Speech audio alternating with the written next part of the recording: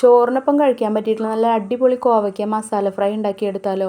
കോവയ്ക്ക ഇതുപോലെ നീളത്തിൽ ചെറിയ കഷ്ണങ്ങളാക്കിയിട്ട് എടുക്കുക. അതിലേക്ക് 1/2 സ്പൂണോളം മഞ്ഞൾപ്പൊടി, ആവശ്യത്തിന് ഉപ്പ്, 1 സ്പൂണ് നല്ല എരിവുള്ള മുളക് പൊടിയും, 1 സ്പൂണ് കാശ്മീരി മുളക് പൊടിയും, 1/4 ടീസ്പൂണോളം കായും, പിന്നെ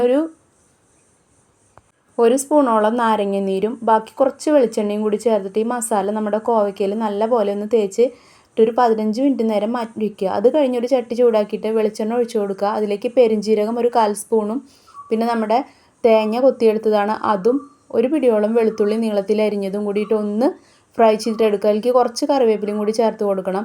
പിന്നെ അത് കഴിഞ്ഞ് നമുക്ക് ഈ എണ്ണയിലോട്ട് തന്നെ നമ്മുടെ കോവയ്ക്ക മസാല തേച്ച് വെച്ചത് നമുക്ക് വറുത്തെടുക്കണം. സിമ്മിലിട്ടിട്ട് വേണം കേട്ടോ അത് വറുത്തെടുക്കാൻ, കരിഞ്ഞു പോവാതെ മെല്ലെ വറുത്തെടുക്കണം. അത് വറുത്തെടുത്തതിന് ശേഷം നമുക്ക് ആ വെളിച്ചെണ്ണയിലേക്ക് നമ്മൾ നേരത്തെ വറുത്ത് വെച്ചിട്ടുള്ള തേങ്ങാക്കൊത്തും ഇതൊക്കെ ഉണ്ടല്ലോ അതൊക്കെ ഇട്ടിട്ട് 1 സ്പൂണോളം ഗരം മസാലപ്പൊടിയും കൂടി ചേർത്തിട്ട് വെറുതെ ജസ്റ്റ് ഒന്ന് ഇളക്കിയെടുക്കുക. ഇത് നമ്മുടെ ഈ കോവയ്ക്ക വറുത്ത് വെച്ചതിലേക്ക് ചേർത്ത് കൊടുക്കാം. ചോറിനൊപ്പമൊക്കെ കഴിക്കാൻ പറ്റിയിട്ടുള്ള നല്ലൊരു അടിപൊളി ഐറ്റമാണ്. കുട്ടികൾക്കും മുതിർന്നവർക്കൊക്കെ ഒരുപാട് ഇഷ്ടപ്പെടും. ഇഷ്ടമായാൽ ഷെയർ ചെയ്യാനും ലൈക്ക് ചെയ്യാനും മറക്കല്ലേ.